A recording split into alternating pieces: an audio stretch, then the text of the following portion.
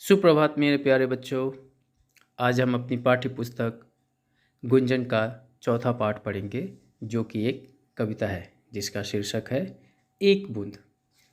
इस कविता को अयोध्या सिंह उपाध्याय हरिओंद जी ने लिखा है। इस कविता में उन्होंने एक बूंद के यात्रा के बारे में उन्होंने बताया है। तो देर न करते हुए कविता को पढ़ते हैं और उसके अर्थ को समझते हैं। ज्यों ही, यहाँ पर ज्यों है, केवल ज्यों ही नहीं, ज्यों निकलकर बादलों की गोद से थी अभी एक बूंद कुछ आगे बढ़ी, सोचने फिर यही जी में लगी, आह क्यों घर छोड़कर मैं यूँ कढ़ी।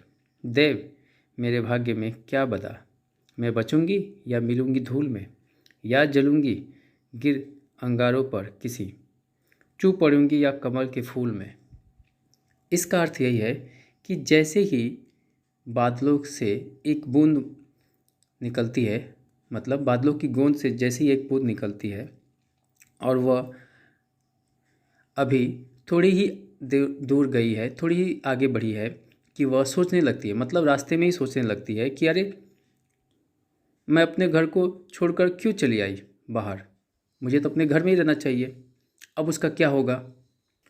वह भगवान से प्रार्थना करती है कि हे भगवान, मेरे भाग्य में क्या लिखा है, क्या मैं बचूंगी या धूल में मिल जाऊंगी, मतलब मैं जिंदा रहूंगी या कहीं पे मिल जाऊंगी, सूख जाऊंगी, मिट जाऊंगी, मर जाऊंगी, या किसी अंगारे पर जल जाऊंगी, अंगारे पर जलने से वो भाप बन के फिर से उड़ जाएगी, या फिर किसी कमल के फूल पे गिर पड़ूंगी।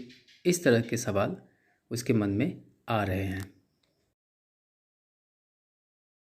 बह गई उस काल की ऐसी हवा, वह समुंदर की ओर आई अनमनी, एक सुंदर सीप का मुंह था खुला, वह उसी में जा पड़ी मोती बनी।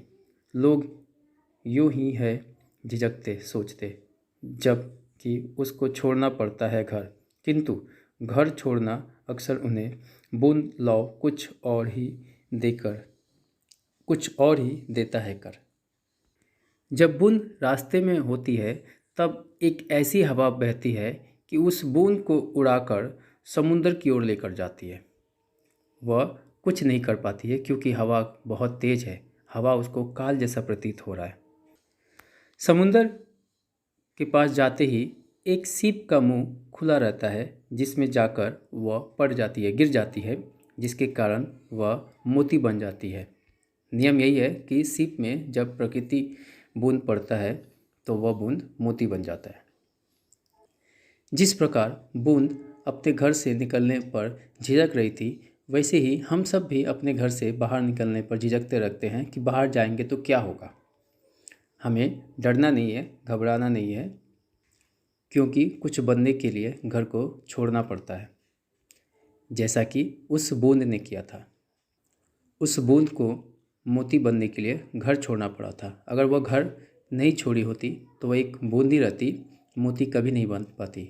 मेरे बच्चों, इसीलिए कभी कभी जीवन में हमें आगे बढ़ने के लिए घर त्याग कर हमें उससे बाहर निकलना पड़ता है, तब जाके हम अपने आप को पहचान पाते हैं या पा पाते हैं। मेरे प्यारे बच्चों, कविता का समापन हुआ। धन्यवाद। सबका दिन शुभ हो।